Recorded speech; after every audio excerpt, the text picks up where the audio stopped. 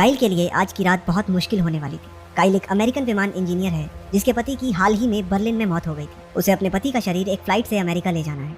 उसके साथ उसकी 4 साल की बेटी जूलिया भी है। इस मुश्किल समय में अपने स्ट्रेस और एंजाइटी को कंट्रोल में रखने के लिए डॉक्टर ने उसे कुछ दवाइयां दी हैं। वो एक टैक्सी में एयरपोर्ट जाने के लिए बिल्कुल तैयार थे। एयरपोर्ट पर जूलिया खो जाती है।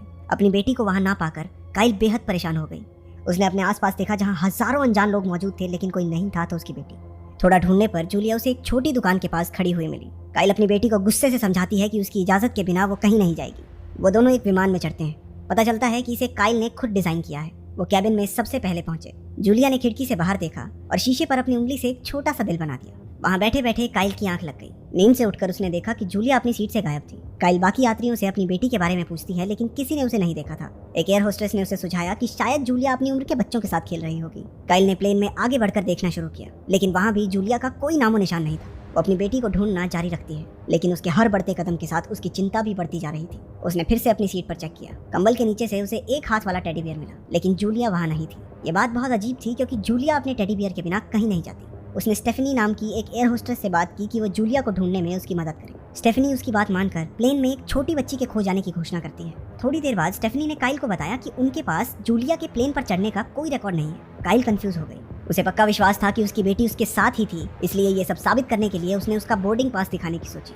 लेकिन काइल को जूलिया का बोर्डिंग पास कहीं नहीं मिला, और तो और उसकी बेटी का बैग तक वहां से गायब था। इस बात से उसे पूरा भरोसा हो गया कि जूलिया अपनी मर्जी से वहां से नहीं गई थी, क्योंकि एक छोटी सी बच्ची इतनी ऊपर खुद नहीं पहुंच सकती। हम देखते हैं कि जीन कार्सन नाम का एक स्काई मार्शल, जिन्हें हम प्लेन का पुलिस वाला भी कह सकते हैं, काइल पर नजर रखना शुरू करता है। काइल ने जहाज के कप्तान मार्कस से मिलने की मांग की ताकि वो उसे भी जूलिया की खोज में शामिल कर सके। जब कप्तान ने सुना कि जूलिया का प्लेन में चढ़ने का ही कोई सबूत नहीं है, तो उसने पूछा कि क्या काइल किसी तरह की कोई दवाई ले रही है। काइल बताती है कि उसके पति की मौत के बाद वो बेचैनी से जूझ रही है और उसे दबाने के लिए वो नींद की गोलियां लेती है। उसने उन्हें बताया कि उसके पति की 6 दिन पहले छत से नीचे गिरने की वजह से मौत हो गई थी। वो कहती है कि वो अब भी ये नहीं मानती कि उसके पति ने खुदकुशी की थी।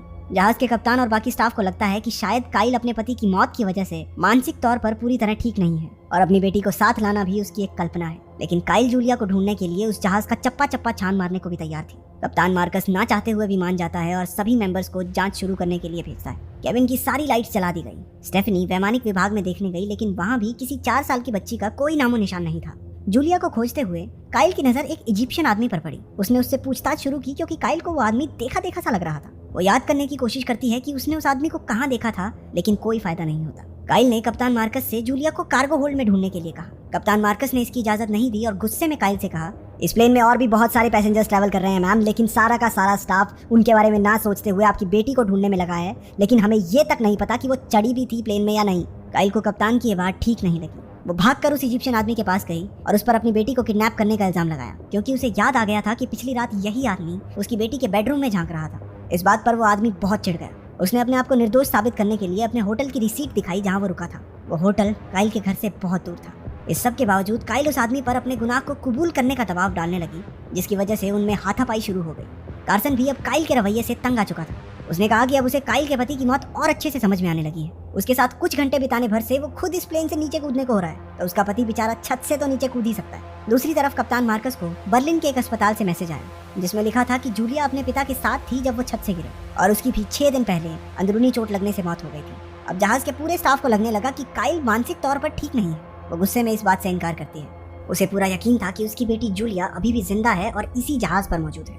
कार्सन कहता है कि काइल मनगढ़ंत कहानियां बना रही है। वो मानसिक तौर पर स्टेबल नहीं है, जिसकी वजह से वो बाकी लोगों के लिए खतरा बन सकती है। इसलिए उसने काइल को हथकड़ी लगाकर उसकी सीट पर बैठा दिया। लीजा नाम की एक थेरेपिस्ट वहां आकर उसे सांत्वना देने की कोशिश करती है। उसकी बातें सुनकर काइल को अपनी ही सूझबूझ पर शक होने लगा। वो धीरे धीरे अपनी बेटी की मौत को अपनाने लगी, लेकिन फिर उसका ध्यान उस दिल पर गया जो जूलिया ने अपनी उंगली से खिड़की पर बनाया था। उस खिड़की पर उस दिल का होना ये साबित करता है कि काइल मनगढ़ंत कहानियां नहीं बना रही। काइल का विश्वास बढ़ने लगा कि वहाँ कुछ ना कुछ गड़बड़ तो जरूर है। उसने थेरेपिस्ट को मनाकर बाथरूम जाने के लिए कहा। वो वहाँ से किसी तरह जहाज के ऊपरी कंपार्टमेंट में पहुंच जाती है।